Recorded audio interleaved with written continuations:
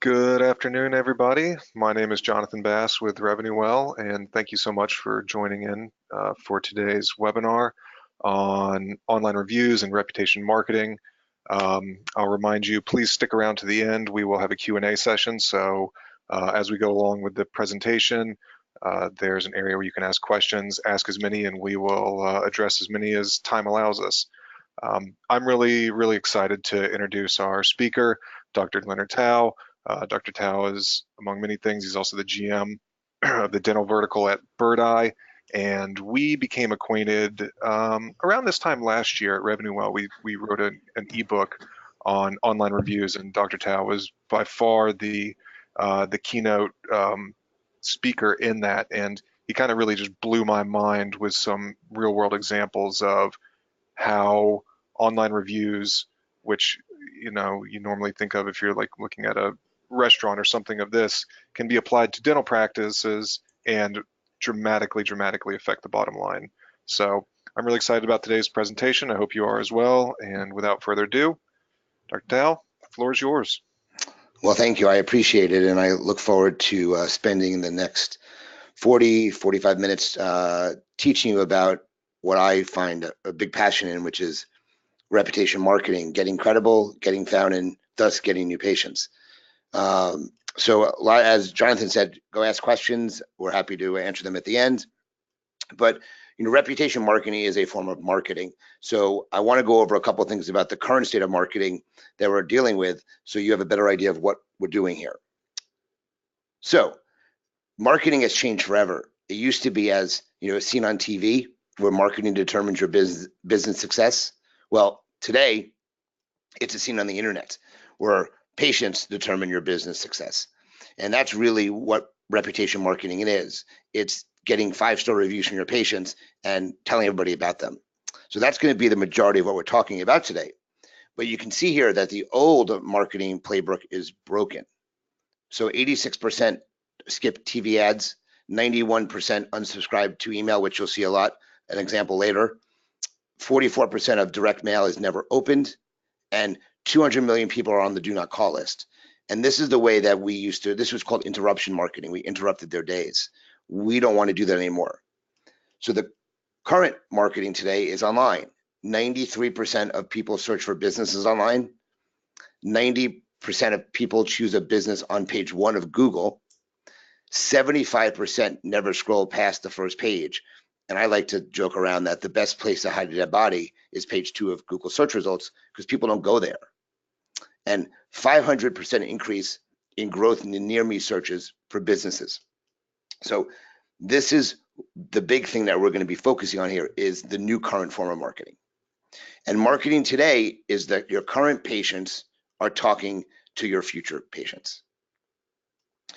Also, marketing is an investment, not an expense. So during my live seminars, I talk to a lot of people, and I try to poll the room and see who's spending money on marketing. And a lot of people say, I wish I could because I can't afford it. But marketing is a must-have tool to increase your sales, not a nice-to-have frill when you can afford it. So, if I told you you would spend $200 and make $2,000, you make 10%, you do that any day of the week. If you spend $2,000 on marketing a month, you can generate 20 to 30, maybe more in production.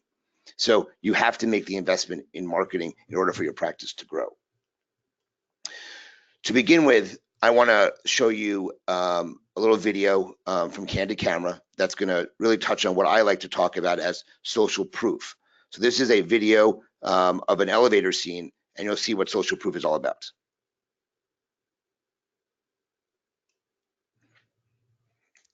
Let's see. And it doesn't seem to be playing. That's weird. Okay, well, that's a video, an elevator scene. Sorry about that. That's an elevator scene where people are turning around in the elevator, and they are causing other people in the elevator to turn around as well because everybody's doing it. So that's just an example of social proof. I'm not sure why it didn't play. I apologize. But McDonald's, over 19 billion served. This is another example of social proof as well. When people drive by McDonald's, nobody says McDonald's has great food. It's not really that good for you. It's fast and cheap. Fast, cheap, and good don't go together. But 19 billion served, people stop because they see those numbers. So social proof is this dentist does not have. So this is Dr. Mark Wright. He has a client of mine in Idaho, and he called me up and he told me on the phone, Len, I don't have any social proof. I need your help. He has 2 Google reviews. He has 11 votes or 11 reviews on Facebook. But other than that, there's nothing on page 1 that really is a review site with reviews on it. But you can also see that when you do an exact Google search for his office, where Mark Wright DDS in Idaho, he pulls up his website as the first 3 listings. And that's not how you want it to be. You want your website to be the first and only listing when we're searching for your exact business, and everything below it you want to see as a review site. So the example I use is myself, and this is me in Philadelphia, where my website's number 1, and then everything below it is a review site. This is a lot of social proof. I get a lot of new patients coming in because of the number of reviews I have online. And that's the main thing that we're going to be talking about here, is how to get more reviews, how to get visible and found. So social proof is the tendency to see an action as more appropriate when others are doing it. And that was by Robert Cialdini, and he has a great book, The Psychology Influence of Persuasion. So this is what really the key is here. And you can see that customer trust social proof reviews 12 times more than manufacturer descriptions. And I always like to say our manufacturer description is our website. That's the main place we send people to. But nobody puts negative reviews on their website. They don't want to do that. I actually have about 1,700 reviews online, and I put some of my negatives on my website because it makes me look real. But in general, customers don't trust the reviews. They trust reviews 12 times more than manufacturer descriptions. And here's why. Because this is ads versus reality. And you can see, if you go to that Taco Bell and you see you ask for a crunchy taco, it doesn't look like the ads. In reality, it's barely any meat in there. Same thing for those hamburgers as well. That's the problem that we're dealing with here. So you want to accept this hard truth that no one cares about what your marketing team has to say about your company. So this is your happy patients. This is your sales and marketing team. So your unfair advantage is you have empowered patients that are going to overpower what everybody else is doing. And then again, it's all about how we're going to pitch this to your people. So again, this is the same thing. You've got social proof, you look great online, you get the new patients. And the reason we do this is because it creates trust with your patients. Patients trust you, they buy from you.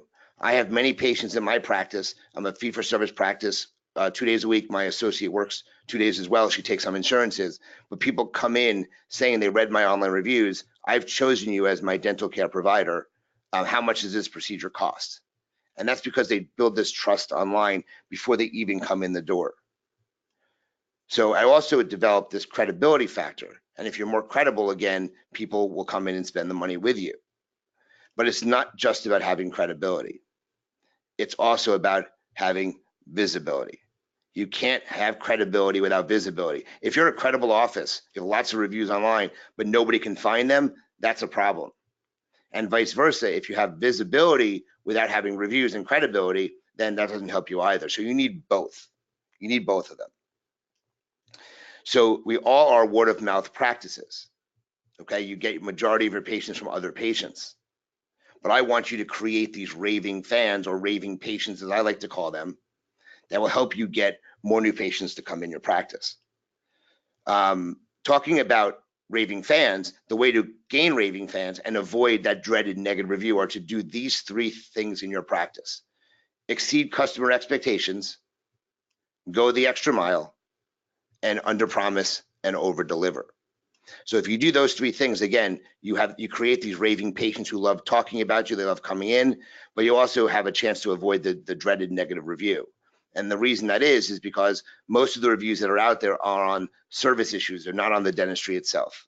Patients have no idea whether they had a crown that has an open margin until they go to another dentist. So they're complaining about the things they have in the office, which is customer service, the way they're treated, if their office is running late. These are all things people write negative reviews about. So reputation marketing is the #1 way that you can market your business. It's the most important way that you can market your business online, in my opinion. And over 800 patients in the last 5 years have mentioned they chose my office because of my online reputation. And why do I know that? Is because I ask every single patient who comes in my door, this is my job, how they found me, why they chose me, what they were coming in for, obviously, during my initial exam with them. I just had a patient who drove from Lancaster, Pennsylvania, which is an hour and a half away from my office, to have some work done. And when I asked her why she passed all those other offices, was that she said, hey, I found you online, I read your reviews, and those reviews makes you the best dentist in the area. I wanted to drive, it was worth my time. And I hear that from a lot of different patients. Every single day we get a new patient who comes in that mentioned they chose it because of my online reputation. And this is what one of the patients says. I don't know why my video, oh, I don't know, my video is not working. It's odd, I apologize. So what's going on here is that patient basically said that she came into my office because of the 97 Google reviews I had. And I asked her if she read them or checked them out. And she goes, no, it was just a 97 reviews, 4.7 stars. That video was about 6 years old now. And it proves some points, as you'll see, as to how patients are coming into the office.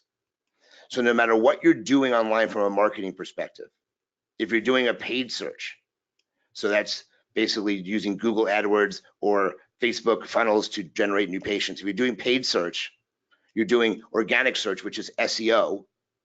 If you're doing display advertising, which is retargeting, or if you're doing some free social media stuff or even some paid boosted posts, you do need a nice amount of reviews to see a significant amount of ROI, because your reputation enhances the performance. So if you're spending money and you have no reviews, I want you to reconsider that.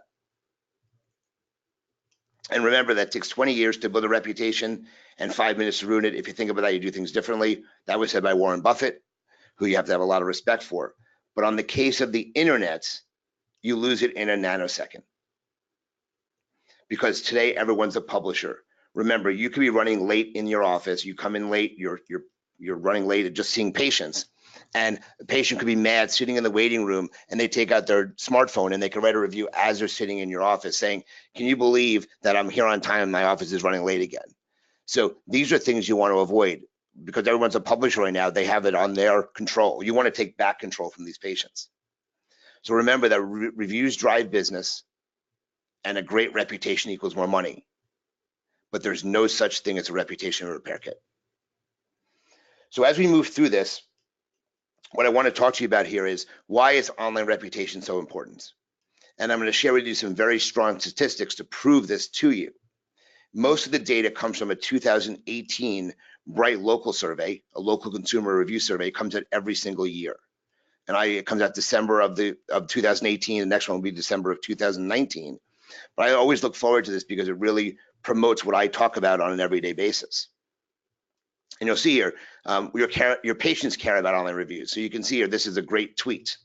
And the tweet by this person actually says, shout out to people who rate and review things, because I don't like to rate or review things, but I like to know how things are rated and reviewed. It's a very funny tweet. So he likes to read reviews, but he doesn't like to write them, which I think is hilarious. And 86% of consumers read reviews when researching a business. And 91% of them trust reviews as much as personal recommendations. And I say this is a word of mouth referral versus a word of mouse referral, because it's on the computer. They're almost equal now, which is a pretty scary statistic in my mind. Now, when you move to some of these other statistics, the proof is in the numbers. 10 is the average number of reviews read before a purchase. 89% of read business responses to reviews. 80% have written an online review before, and 75 read reviews on mobile devices, just to give you another extent of how things are happening. So here's the first study. What business type have you read online reviews for? And you can see in the top 5, dentist is number 3. And when you look at the breakdown by age group, I'm a restorative dentist. I'm an adult practice. I don't have that many children. My perfect age range is the 35 to 54 and the 55 and older crowd. And you can see that medical and healthcare is 3rd for the 35 and 54, and 43% second for 55 and older. So this shows you that people are reading the reviews for the businesses such as dentistry. Do you read online reviews for a business? And 86% of consumers read online reviews for a local business. Huge numbers there. How do online customer reviews influence your decision to actually use a local business? And you'll see the difference. There's not much of a difference between 2017 and 2018. They're almost identical surveys. So not much change there. But positive reviews make them more likely to use the business 68% of the time. What's your next step after reading a review? 78% of consumers go straight to your business. And there was a huge change in 2017 to 18.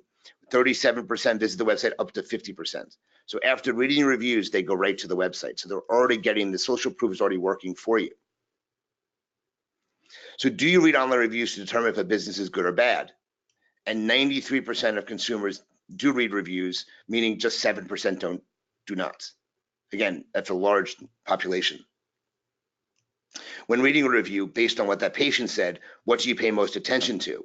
The average star rating and the number of and the quantity of reviews. So those are two of the biggest factors, average star rating and quantity of reviews. So 60% won't consider a business with under 4 stars, and 40 is the average number of reviews needed for consumer trust. How recent does a review have to be? And this is also some really staggering change. 85% think reviews older than 3 months are not relevant any longer, and look at within 2 weeks, from 18% in 2017 up to 40% in 2018. So that's a huge jump. That's a 22% increase that people want fresh reviews like right away. So within 2 weeks, they're old. So you've got to be getting fresh reviews from your patients.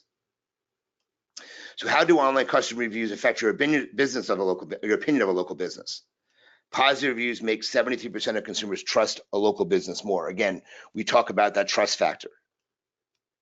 Now, people, dentists I speak to, teams I speak to are always concerned about that dreaded negative review. And every day I get a call from a dentist or an email from a dentist saying, hey, Len, I got a bad review. What do I do?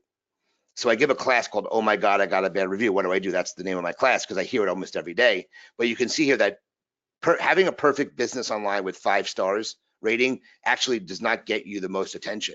Okay, it's actually somewhere between 4.4 and 4.5. I think the best score is to have between 4.6 and 4.8. I think that puts you in perfect online. And for which of these local businesses does reputation matter the most when choosing a business? You'll see it's medical and healthcare, doctor and dentistry is 43%, 45%, which is second. So these are some really staggering statistics, in my opinion, as to why you have to do it. And a recent survey looking at Google reviews, the average dentist has 38 Google reviews in the United States, and the average star rating is 4.6. So again, these are really strong statistics. When being referred a business, what do you do next? 87% search online for information about the office. And when they're looking at it, 52% of the time, they're looking for online reviews and ratings. But most importantly, you have to be proactive. You cannot be reactive. You cannot call me when you have, 2-star reviews galore and expect to be able to change that quickly. So you have to be proactive in generating these 5-star reviews from your patients. So when it comes to online reputation-based marketing, there are 3 steps. Getting found, which is visibility, getting found in the compelling way, which is credibility, and then monitoring and protecting your reputation. So for number 3, I'm limited on time, so we're not going to go over negative reviews at all, but we're going to go over number 1 and 2 in some detail here. So step 1, getting found. How do you get more visible online? So one of the ways is by evaluating and claiming your local listings, which are called citations. So you want to make sure that your citations are consistent. So what is a citation? A citation is a mention of your business name and address and phone number on other websites. Now, they're usually acquired through a registration process, but a lot of these sites talk to each other and share information that's potentially very wrong. So if you recently moved your practice, you bought a practice, you changed owners, you have a different name, these are all things that can cause these citations to be very wrong online. And the thing is that Google trusts these immensely. Google wants to make sure that you have consistent listings, and if you're not consistent, Google actually penalizes you, and that's why if you look in your local area, you wonder why a dentist with less reviews can be placed above you in a local search on the map section of Google. And it's because they normally have a more consistent citations than you are having. And one other thing I want to mention to you, I'm always talking to dentists with doing demos, and they say, well, when I'm searching for myself, I always come up at the top of the maps. And I go, are you doing an incognito mode search? And they go, no, I don't even know what that is. Well, if you're using Chrome or Safari, you want to go into private browsing mode or incognito mode to do these searches when you're looking for a dentist near me or dentist in my town, because it's going to show very differently if you're not logged in, because Google remembers the searches and they put preferential treatment to your page, so you rank higher. So a lot of times you're not ranking anywhere near the top of the page. So this is like giving someone a business card with wrong information, which you would never do. And you don't want to give information that's wrong. So this is an example of the local citations all talking to each other, and they all really point back to Google. So that's why this is really important. So you have to be in that circle of trust. If you're not in that circle of trust, you're in trouble here. So there are some rules, and here are the rules. Your name, address, and phone number must be the same on each site in order for Google to recognize it. So consider some of these: street or ST. If you're in Florida or FL, is it suite or suite? Is it STE, suite or STE? A lot of offices have suite numbers. That's always a concern because you see it as suite, STE, number, okay? The and or the and sign, and Inc. or incorporated. These are just some examples of what has to happen here. And one of my suggestions is, when you're done with this webinar, is go to a website called yext.com, Y-E-X, like X-ray, T.com, and it will ask you to put your information in with your name of your practice and your phone number, and it will actually give you a citation score. It will tell you what your citations look like, where there are errors, so it'll give you a big overview of what this is about. So how do you claim all these sites? You don't. This is not a do-it-yourself job. You can't spend the time looking at all these things. So there are some companies that do these for you. Yext is one of them. You've got Moz Local, you've got Bright Local, you've got there's a couple other ones that are out there that are fixing these citations for you. So just keep that in mind. And here's why. How important are accurate citations to local search ranking? 33% say accurate citations are critical, and 57% say they're very important. Okay, so that's why. And when it comes to the consumer level, if you had just moved your practice and there is wrong information online, someone's going to see that wrong information and go to the wrong office potentially, or wrong location. So finding incorrect information in online directories would stop me from using a local business. This is the Local Citations Trust Report from Bright Local. 78% of men and 62% of females would not go to your office anymore if you have incorrect information online. So keep that in mind. So I also want to talk about the main place everybody wants to get reviews on, which is Google. And when Google talks, we need to listen. So over the years, they've said, you need a mobile site. If you don't have a mobile site, you're not visible anymore, and they take you off the searches on a mobile device. So you need a mobile-friendly website, number one. They talked about how reviews want to respond to reviews, so people started responding to reviews. I don't think there's a significant uptick in ranking because of that. But now they've placed a ton of focus on local search, and local search is dentist near me, dentist in my town, dentist in my zip code. These are all local searches, or cosmetic dentist. Any service-related things in a location are all local searches. So they've placed a focus on local search. So you need to make a focus as well on getting ranked higher in these searches. It's like Googleopoly. So there's 3 map sections available, 3 places on the map plus 1 paid ad. And if you're not in that 3, you're basically invisible. So it's like Googleopoly. Okay, 96% of mobile search traffic is for Google, followed by Yahoo at 2% and Bing at 1%. And I always like to say, that, do you know what Bing stands for? Bing stands for because it's not Google. And that's really, I don't see that many people using Yahoo as much, but 96% of traffic is on mobile search for Google. And 68% search online for health-related searches on their mobile device as well. This is why you have to make that local search really important to you. So what is the impact of online reviews on local SEO? A 1-star increase can result in a 5 to 9% increase in revenue. And I just had a client, they were about 3.5 stars when they started with our software, and they ended up getting in about 6 months to about a 4.7 rating after getting all these positive reviews coming in.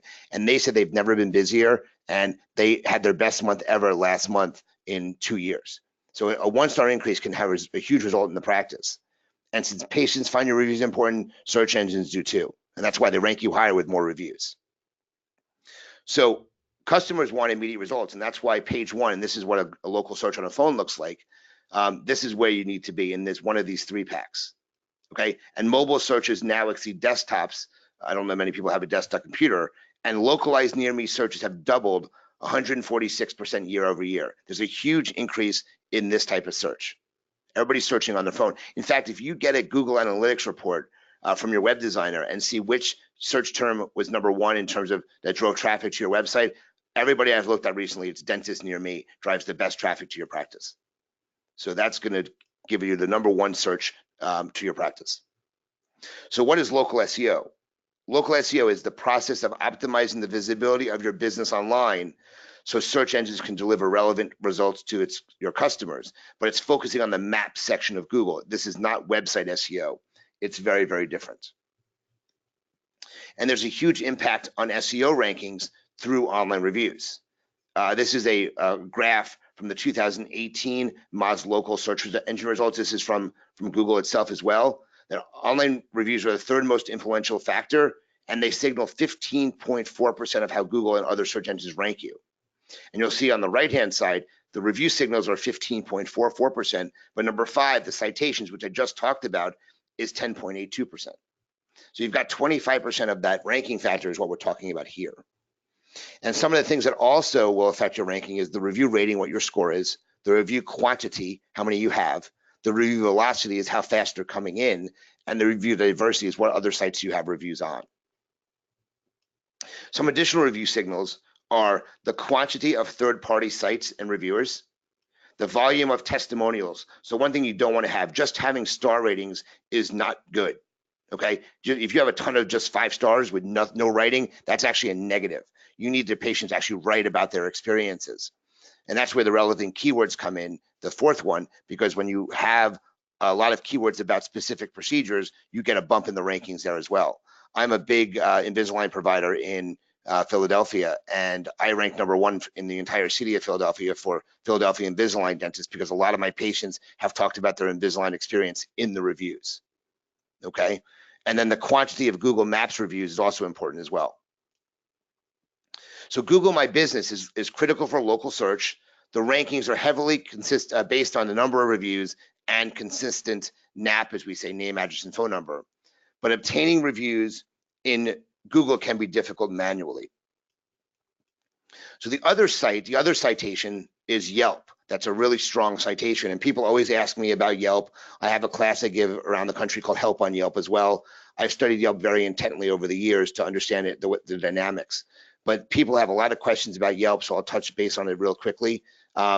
Basically, when you pay Yelp for services, you're paying them for advertising on the site. You're not paying for reviews to come in and out of the filter as most people think. Also, Yelp is one of the strongest citations for Google. Google and Yelp don't like each other, but they have a lot of mutual trust with each other. So people always say to me, well, I don't want to have a Yelp page. Is that okay? It's not. You want to have a Yelp listing, you have to have it claimed, and you want it optimized ideally. You don't have to push reviews to it because Yelp is really only important in some of the major cities out there. And you're talking about, California as a state, Chicago, Miami, New York, Seattle, Dallas. Those are the big. I'm in Philadelphia, and Yelp is not a big factor in my practice at all. So when it comes to Yelp, what do you do about Yelp? You want to focus on Google reviews because a lot of the areas don't have trusted Yelpers, and you only need Yelpers to review you, because if not, the reviews may end up going into the filter. So what is a Yelper? People always say, how do I define a Yelper? So a Yelper is someone who is very active on their mobile device with Yelp. So you have to be a mobile user to be a Yelper.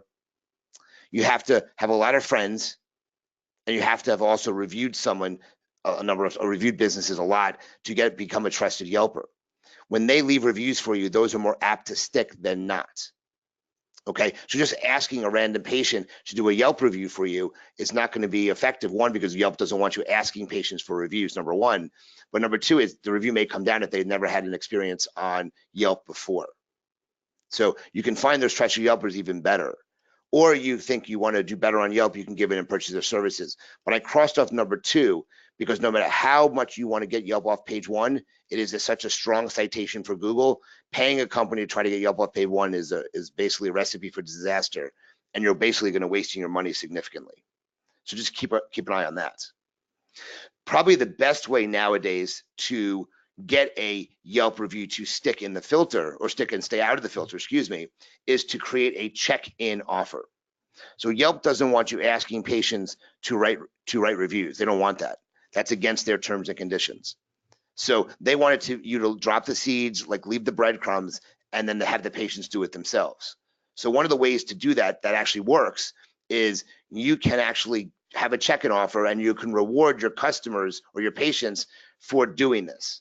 So you can have a sign that says, are you a Yelper? Check in on Yelp and receive, could be a $10 gift card, it could be something off services. You're allowed to incentivize for this, just so you know. Okay, so when the patient checks in on Yelp, okay, they'll show you the phone they checked in, you'll give them whatever offer they receive, and this is what it looks like from my practice. And then when the patient leaves the office later that day, they will get a Yelp review directly from Yelp, or a request to do a review on Yelp directly from Yelp. Okay, and it's similar to when you use Google Maps to get directions. Google sends you a review request when you're out of the office. So they also don't want you doing reviews in the office itself, because there's a lot of bias there. So you have to be careful with that. So just keep that in mind when it comes to Yelp. Yelp can be a huge attraction for some practices. I know that a lot of them are disappointed and not happy with the way Yelp has been for their practice, but you can play their game and do really well, or you can choose to ignore it, which a lot of people do, but you must have a claimed Yelp page. It's important for citations. So the key for this part of the section is NAP has to be consistent. The more consistent you are, the higher you're going to rank on Google as you add more reviews.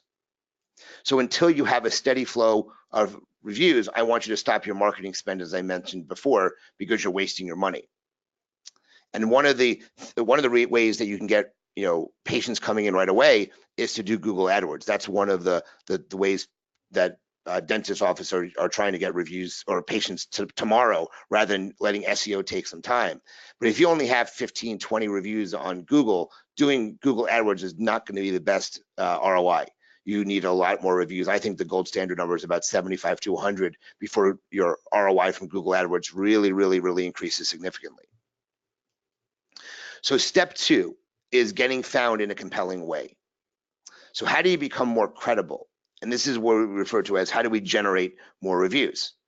So where do you want to try to get reviews on? Okay, so Google is number 1, Facebook would be a second, and then depending on where you are in the country, Yelp would be a third. But again, you can't ask Yelp patients for Yelp reviews. You're not allowed to do that.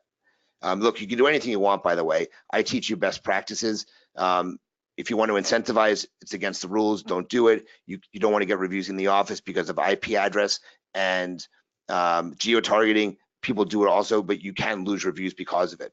I'm teaching best practices here, so please remember that. So one of the secrets is patient reviews are now one of the biggest factors in local search results. So generally the practices that have the more reviews are going to rank higher than ones with less reviews. One of the differentiating factors, as I mentioned, is citations need to be consistent as well to really rank consistently at the top of a Google search.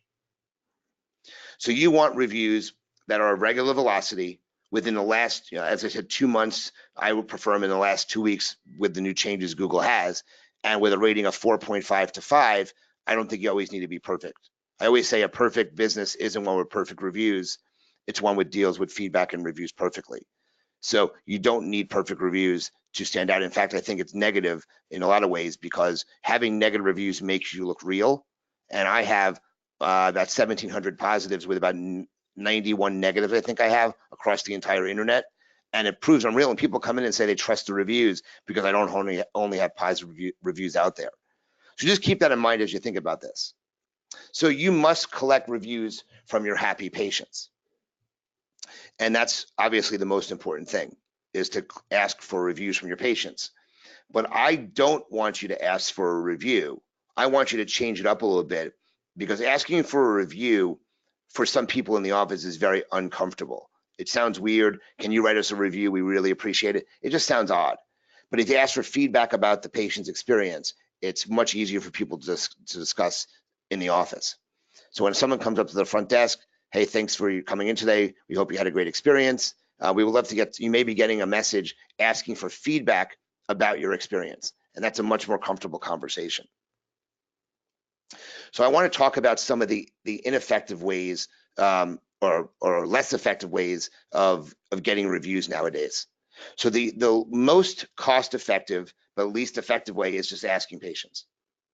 So when they come up, you say to them, thanks for coming in. Again, we would love you to write a Google review. You can even specify. And what happens? Patients say, of course I will, but they never do it. If you ask 100 patients and you just ask them, you may get 2 to 5% that actually do it across the channels that we're looking at. Okay. Another way that's not effective is handing them these cards. So you've got a QR code on the card, which you can scan the link and it takes you right to where you have to go. Many people, even though the cameras now used to have to buy a separate app to do these, now the cameras actually have this built into it. So it's much easier than it was before, but the adoption is pretty low on this. Okay. And then you can hand them a card in their hygiene bag. So how do we do today? And they don't even take that out of their hygiene bag. This is another card I laugh at, and he used to hand these out to his patients. It says, log into your Google account from a computer connected to the internet. I mean, that's funny. Why don't you tell them to turn the computer on as well?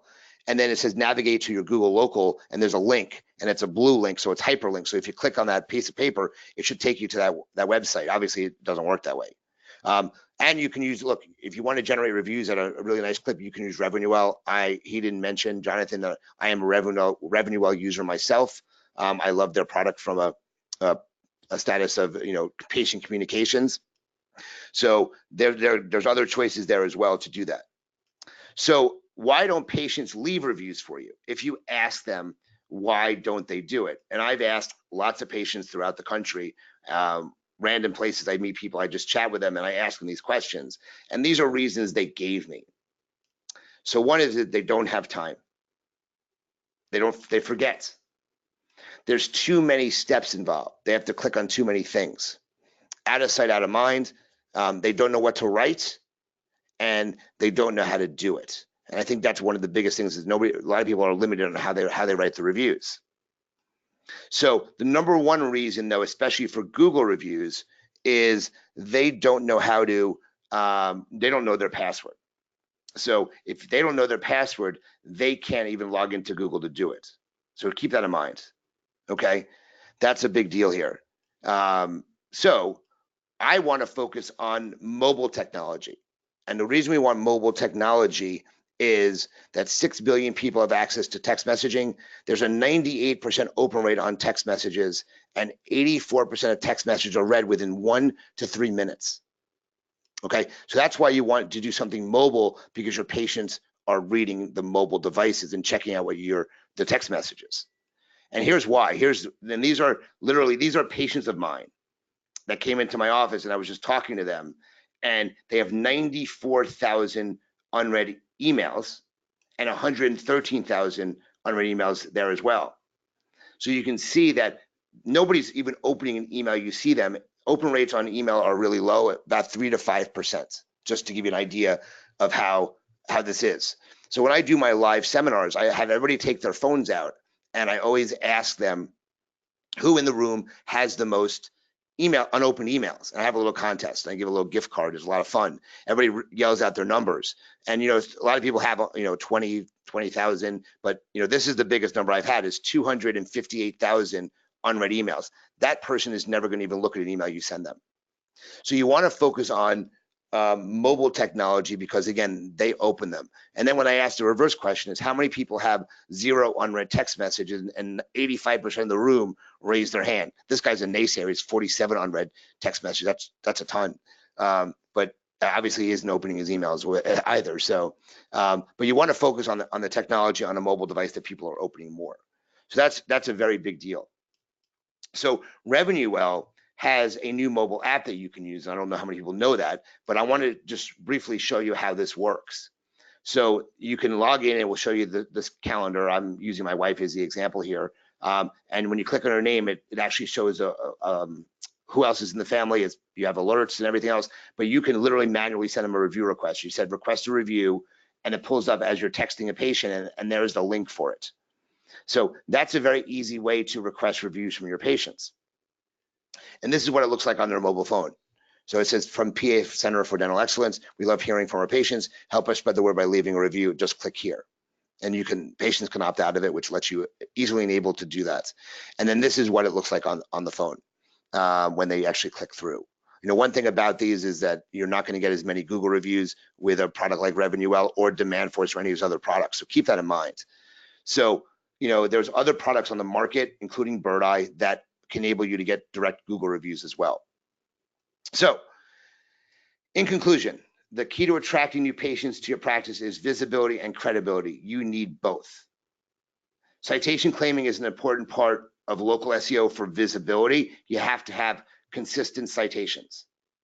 You can attract new patients with a well-established online reputation, and you will attract new patients. Spending on marketing while ignoring your reputation will lead to low ROI. Having both visibility and credibility creates that trust, which will enable people to buy from you. And you must have a reputation marketing strategy. So you must have a way to generate reviews from your patients one way or another. If you want to try asking for a while, go for it.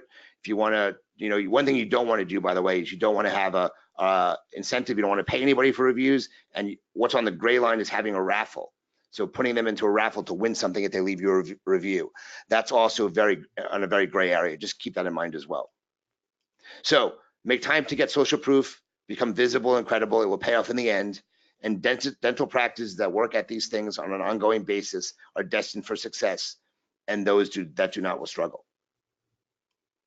So a little bit of information about myself. I have a podcast out called the Raving Patients Podcast, where I talk about reviews, customer service, making your patients these raving patients to talk about you online. Episodes released every Friday at about noon, so you can check it out. It's on Facebook, it's on iTunes. You can download it and subscribe. And last but not least, if you want information about me, and not that this was a pitch about Bird Eye, if you have any questions about Bird Eye or want a demo of what Bird Eye can do for you, there's a link to schedule a free demo, and there's my contact information. If anybody wants, feel free to email me with any questions. I'm happy to answer them after the webinar, but this is the best way to contact me. So in conclusion, what I like to say is that the most important thing to get from this is that your reputation matters. So I hope you learned a lot, and thank you for listening. I'm willing to take some Q&A now, but I hope you enjoyed the webinar. Thank you so much. That was absolutely fantastic. Even though I do this day to day, I as well learned a good bit, and we have quite a few questions. So let's jump right in. This individual is asking, I believe they work for like a multi-practice facility, and they are under one brand, First Family. Now they have a dental office that's First Family Dental, and they have one that's Midwest Ortho. They have two Google listings under the same address but different phone numbers. Do you consider this a best practice to have two separate listings, or should they only have one? So ideally, one is the best because Google doesn't like to have two same addresses with different phone numbers. They don't want multiple businesses out of one location unless there's different suite numbers. So if there was a way to differentiate via suite number, that's the best way to do it. Then there's different addresses. But in that case, if you have the same address and same phone number, or excuse me, same address and different phone numbers, there could be some ranking discrepancies there because of the address issue. So in that case, ideally, it's better to have one Google listing if possible. If not, I would separate them and have two Google listings, two suite numbers, two phone numbers, and then you're golden, because then it's two different listings. Okay, so try and find a way to differentiate them as much as possible, if possible. Correct. Okay, excellent. Let's see. We have an individual who had a bad reputation on Yelp for a little while, and looks like they did something and they had to start over, and now they're rated at 2 stars. Is it possible to close the listing and start fresh again? You know what? For some reason, it broke up slightly. Can you repeat that question one more time? I apologize. No, that's all right. We have an individual who has a bad reputation on Yelp, and they've done some work to really restore things, but they're rated 2 stars still. Is there a way to like close down the listing and start anew, or how do you kind of? No, so Yelp does not want you closing listings down. That's something they won't allow. Depending on what area they're in, my my strategy is to dominate Google. Yelp is an afterthought in a lot of places. And just as an example, Yelp sends you monthly reports about how much traffic you get to Yelp in Philadelphia, which is a pretty big city. And I'm in Philadelphia proper. I have about 24 to 50 hits on Yelp a month for my page. In contrast, on my Google My Business listing, I have over 950 last month. So I don't think that the person necessarily has to worry about Yelp. But again, if you have a 2-star rating, you just have to get it a little higher. I have 3 stars. I don't look much better on Yelp than that. But I would suggest you just work on trying to get some Yelp reviews from your patients rather than try to kill the listing, because they don't like that. So. Okay, so yeah, so either go for more Yelp or really just try and counterbalance that with great Googles, thinking that the consumer is going to look and see that, okay, you're a 4.8 on Google. What, this doesn't make sense. Correct. Excellent. Okay, so let me go through this list here. You touched on how to kind of ask for feedback without sounding salesy. In your own practice, do you do this before or after an appointment when trying to request reviews? Definitely after an appointment, when a patient comes up to the front desk, it's an ample opportunity. The first question out of your mouth should be, "How was your visit today?" That's the first question, not how much you're paying or your cost is this much money. Should be always, thanks for coming in. How was your visit today? Now, depending on how they answer that, oh, it was great, or it was great, but I waited too long. You can get a variety of different examples here. So that's the ample opportunity to then say to the patient, "I'm glad you had a great experience. We would love to hear what you have to say online. Hey, would you post something online for us? We would love to get some feedback from you." That's the best way to handle that. Awesome. And is this something you train your entire staff on, or mainly just the front? No, so I talked about in the conclusions that you have to have a reputation culture in the office. So I want everybody involved in this, no matter where they are. They should be asking, how you're doing, is everything okay? And if they're getting positive responses, anybody can ask this for it. So I want the entire team trained on this. Okay. Let's see. Oh, and this is something you and I talked about before we hopped on. What's the best way to answer a negative review? So, and again, I apologize. I have a whole section on negative reviews, but I didn't have time to go over them. But the best way to handle a negative review is, number one, the best defense is to overwhelm it with positive reviews. Number one, you just, if you get a bad review, you get 5 more positives, you bury it. I'm not shy about bad reviews. It happens. They call it dental practice for a reason. We're not dental perfect. So people are not going to be happy with any business, and it proves you're real if you have negative reviews. So I don't want you to worry about it. But if you do get a bad review, relax, take a deep breath, and don't be angry. Because if you're angry, you're going to write a response that you're going to regret. So the best defense is try to reach out to the patient offline. So I don't even respond online to most of my negative reviews, because it can start a war of words and they can re-respond, and it can really be not so good for the practice. So I always try to reach out to the patients personally, email, text, phone calls, try to hear them. And here's an example. 2 weeks ago, I had a patient come in. She has been in Invisalign for about 5.5 years, just really slow going, not coming in enough. And it was time to end everything. And I was saying, you can either do, she ran out of refinements. She had no more, case expired. And I said, you can either start a new case, or we can put you into retainers, or you can decide. We gave her like 4 different options, but I was very direct with her. And I said, we need to make a decision at this point, because you're wasting everybody's time. And she didn't like the directness. I was too direct. So I was flying to California for the California Dental Association meeting. And I saw a review pop up on Google that she said, normally I'm great. The last few times I've been in, I've been not patient with her. She loves the girls, blah, blah, blah, blah. So I texted her while I was on the plane, because I had 5 hours of flying time left. Texted her, said, "Look, I got your review. I'm sorry. I apologize for the way I spoke to you. I pushed too hard, blah, blah, blah, blah, blah." And she responded right back saying, "Thank you so much for addressing my concerns. I never wanted to leave the office. Let's figure out what we can do." So handle it offline first. If you can't handle them online, if you can't handle them offline, you finally want to respond online, you always want to apologize. So, "I'm sorry, you had this experience. You don't want to get defensive. You don't want to be angry. You don't want to curse. You don't want to do anything like that in these reviews, because it can start a problem online for you as well. So take it offline first. Usually the patients will change the reviews when you do that, if you fix their problem. If not, you can respond with, "I'm sorry, please contact the office to handle things," and you can do it that way.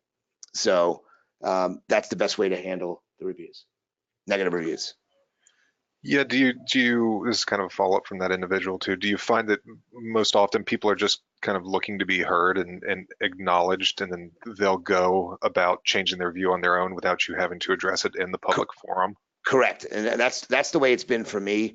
Is that people have I've addressed the issue, they've gone on their own, they've corrected the review, they've taken it down, and they do that on their own. I don't really ask patients to do that. They normally do it on their own, because I reached out and fixed their issue. But you got to be proactive in reaching out to them, and not wait a month after they leave the review. Let's see. Oh, we have an individual wanting to circle back. When you discussed citation score, what's the name of the site that you recommended again? It's Yext, Y-E-X like X-ray T.com, Yext.com. And there's a little section that says, "See how your business appears online," and you can put your name, you can put your phone number in there, and it will give you a score. So average, I find, is somewhere in the 55-60% range. If you're much lower than that, that's not good. If you're higher than that, it's great. If it's green, you'll see a green score. It's really good. You want to get to as close to 100% as possible. That's the goal. Oh, this is a good question. Let's see. Do you ever respond to good reviews? I respond to good reviews when once in a while. I think if you do it every single time, I think it's kind of corny. But just as an example, if someone wrote, "Thanks for coming, thanks for fixing my smile. I love my Invisalign results," I would just respond by saying, "Thank you so much for your feedback about your Invisalign results. We really enjoyed treating you," or something like that. You don't want to. You want to use the keywords, like Invisalign's a good keyword, so use that keyword in your response as well. Excellent. Yeah, I've seen some studies where it says like respond to 1 in 5. Do you subscribe to that? Yeah, I think I would say a little bit less than that, 1 in 7, 1 in 8 maybe, but definitely not every time. For the practice who's kind of like the one that you highlighted in the beginning, that only had like 3 reviews, what's a good number for a practice to shoot for if they're coming out of the gate and they don't have hardly any reviews? So that's very dependent on location. So I would do a search in your town, your city, and see what dentist has the most reviews. Okay. So if you're in a really rural area, you may be okay with 25 or 30. My golden rule, or where I think everything takes off, when you get to 100, that's like the benchmark. But 100 in your area may be so many more than other people. You don't need 100. Vice versa, if you're in an area, if you look up Salt Lake City as an example in Utah, there are dentists with 800 reviews. There's 5 or 6 of them. So 100 reviews doesn't even put you on the map there.